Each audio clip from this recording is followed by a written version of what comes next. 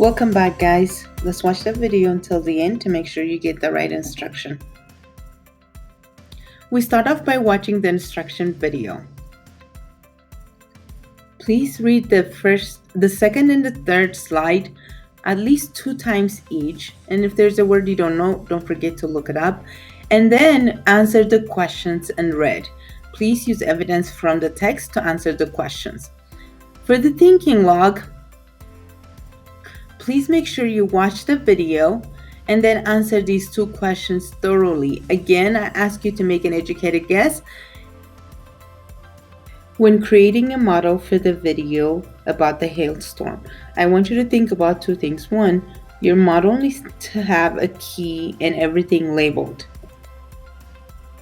So guys, we've been working a lot on models, and this time around I want you to focus on being extremely detailed and having accurate information on your model in comparison to quarter 1. So for this one, you are expected to create a model using the video and the thinking logs. So what I did for myself as an example is that I drew the cloud, and then in the cloud the water molecules are drawn using little black dots, which I have the key describing them.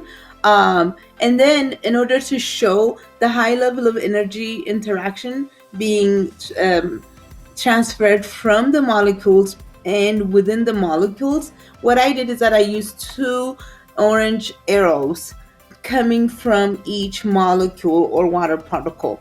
So whereas in the ice here, I have the molecules much closer to each other because this is a solid, right? And the molecules are very close to each other. And then I only use 1 arrow from each molecule to indicate that there is less energy.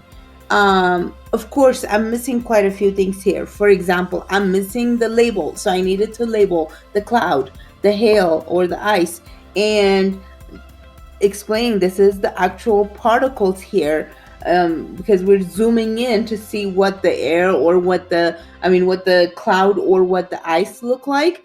So I need to explain what this means. And then of course there should be a description, which is required on the next slide. The second thing we need when we're creating a model is the description. On this next part, describe your model and use the words that are listed in the workbank. Don't forget also to use evidence from the reading as well as from the video to explain your model. At the bottom of your slide where it says the speaker note, I have listed some questions to help guide your writing. So please pay attention to that.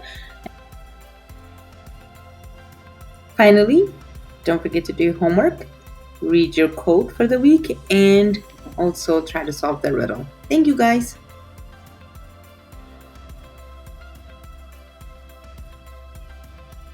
Now your turn to do your work.